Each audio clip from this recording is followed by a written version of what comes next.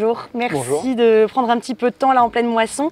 Toi, tu vas être un peu la personne attitrée à conduire la T900 XL. C'est ça. Et puis depuis peu la monocoque. Ouais. Est-ce que tu peux nous faire un retour parce que vous n'aviez pas d'essieu forcé avant à l'utilisation un petit peu, comment elle se comporte? Tu as trouvé ça comment? Moi je trouve ça beaucoup plus confortable. Ouais. Beaucoup plus, puis même sur la sécurité, je trouve que c'est beaucoup plus sûr.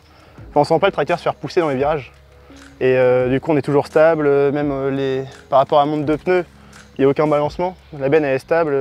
Parce qu'elle est haute finalement, Ouais, donc tu as quand même un centre de gravité qui est haut et au final avoir des pneus larges ça permet de compenser et d'être plus facilement roulant. Même pour reculer, je vois au compost avec la XL, enfin, pour se caler dans les champs, casser un peu la benne, c'est vachement agréable. Ouais.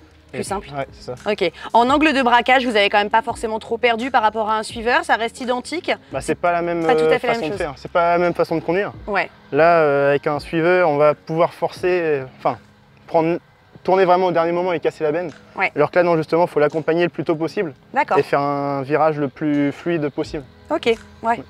Mais c'est vrai que ça peut t'enlever un peu le côté contrainte de faut que je pense à bloquer, à débloquer, etc. Quoi. Ouais. Bah, quand on avait encore l'ancienne, c'est vrai que quand on repassait dessus, on avait tendance à oublier de rebloquer les essieux. Ouais. Alors que maintenant. Là, tu penses plus. Ouais, c'est ça. Là, tu roules, t'es tranquille. C'est Quoi. ça. Ouais, ouais. Et donc, même principe sur la nouvelle, la K50 n'est pas au même endroit, mais ça revient au même de toute façon. Elle est montée aussi en pneus larges, ça c'était de toute façon une obligation, je crois, pour vous. Au niveau céréales sur la T900 XL, au final, ça tient, ça déborde pas, ça fuit pas. Ah non, bah déjà avec la caisse, on la charge pas à fond forcément. Ça va de donc soi. ça évite de déborder, de faire déborder la benne et puis d'en perdre sur la route ou même avec le vent. Ouais. Et puis on avait peur qu'au colza on ait des problèmes de fuite. Ouais. Mais alors que même au colza, aucun souci, aucune fuite. Finalement, les bavettes sont assez proches. Ouais. Ouais.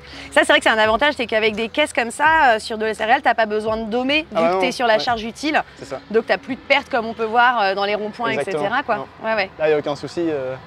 Puis si on la fait déborder, c'est qu'on a un sacré souci. C'est pas une bonne idée. Non, c'est pas une bonne idée. Le déchargement de la céréale avec du fond poussant?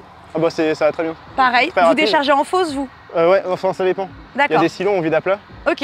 Et que ça soit en fosse comme à plat, c'est le top, ça va vraiment bien. En temps de déchargement, c'est un peu identique ou pas? Ouais, bah là, dans des silos, avec la pesée, on met 3 minutes à la vider.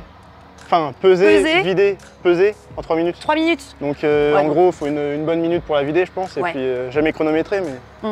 Donc au final, oui, ça peut être l'équivalent d'une monocoque. Le temps que la monocoque se lève, c'est à peu près pareil. Oui, c'est ça, c'est le même principe.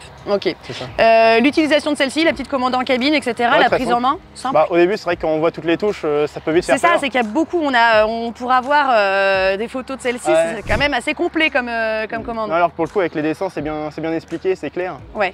Et puis ça fait une sécurité quand même en plus. Sur la route, si on a tendance à. Enfin, le bras qui glisse, qui pousse le distributeur, la benne elle va pas se lever. On sait jamais, c'est clair. Pour le déchargement de la moisse-batte dans celle-ci, c'est plutôt simple parce qu'on voit. Ouais. Celle-là, il y avait une petite prise en main juste parce qu'on est un peu plus haut. Ouais, c'est ça. Donc là, c'est les gars sur les machines qui répartissent le poids sur la longueur. Pour pas éviter justement de faire de dôme à des endroits et répartir la charge sur toute la longueur. Au mieux. Et puis vu qu'ils sont deux à charger dans la benne, il n'y en a pas un qui vide à l'avant, un qui vide à l'arrière. Tout le monde fait l'ensemble de la longueur. Tout le monde répartit. Et puis vu qu'on marche au talkie-walkie, si jamais il y a un dôme à un endroit, on se tient au courant et puis l'autre il compense. Ça se fait facilement. Ok, super. Mais merci pour ces retours. Pas de soucis. Puis bon courage pour la fin de moisson alors. Toi aussi. Merci.